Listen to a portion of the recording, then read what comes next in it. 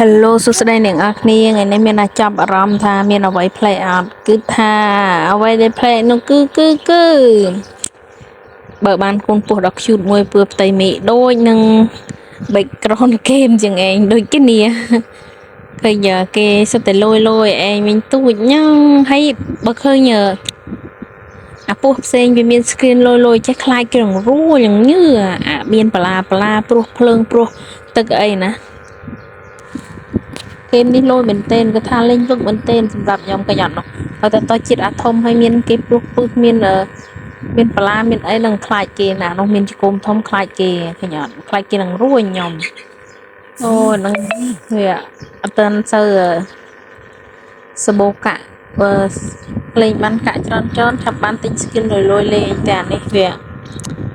អត់សូវលយទេតែអានេះតំទិញបានមិនដែរវាមុខញញឹមមានថ្មិញ2នំឃើញអត់មកគេមានជីវិត2 3បុកយើងហើយគេងាប់ហើយយើងអត់ទេហ៊ានតបុកគេងាប់ភ្លាមឥឡូវនឹងឯង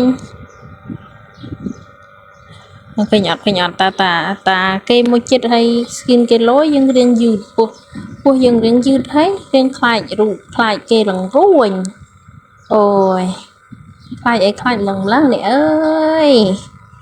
មុនណែលយណានេះចង្អៀតហើយគឺថាកិច្ចមួយដើម្បីទៅស៊ីពេជ្រមួយអូយមើលអាពើលឿងកំពុងតែចង់ហុំមកហុំបានទេកាន់តែធំគឺថាកាន់តែចង្អៀតព្រោះសបូគេលេងដែលណាឥឡូវវាស្លាប់ហើយយើងក៏ចាប់ផ្ដើមលួចចំណៃគេធ្វើក្មេងខូចលួចចំណៃគេមកនោះពោះពឹសនេះណាពោះពឹសសាហាវមែនទេអាមកខាងហាមុតជគុំនឹងស្រួយអាមកខាងទៀតអូបុកគេងាប់លយអូយកាច់អានេះព្រោះភ្លើងផងអូយប៊ីសងាប់របស់វាណាធម្មតាណាស៊ីពេជ្រមួយស៊ីក្របឈើមួយអា XN នោះស្មើនឹងគុណលុយហេរូបគេលយណាខ្ញុំចង់បានតែចាំមើលតើនោះអាពើលឿងនោះយើងពីក្រោយហើយតែអត់ត្រឡប់ទៅស៊ីទេវាចង្អៀតណាស់ពេកចង្អៀតមែនទេត្មងនៅហើយកំបាក់ត្រឡប់និយាយតដិតអ្នកទាំងអស់គ្នាដែលបានតាមដានកុំភ្លេចជួយ Subscribe Channel YouTube ខ្ញុំអ្នកមួយផងគឺស្រីគួន BMC Channel ចាកុំភ្លេចជួយ Subscribe អ្នកមួយផង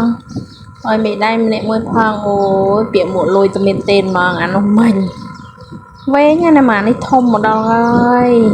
ចុះមករស់ស៊ីចាក់ឲ្យច្រើនបុកគេឡើយបុកឡើយអូយ slow មិនទេនេះណាត្រឺវេទនាអស់ទើសត្មងត្រឺ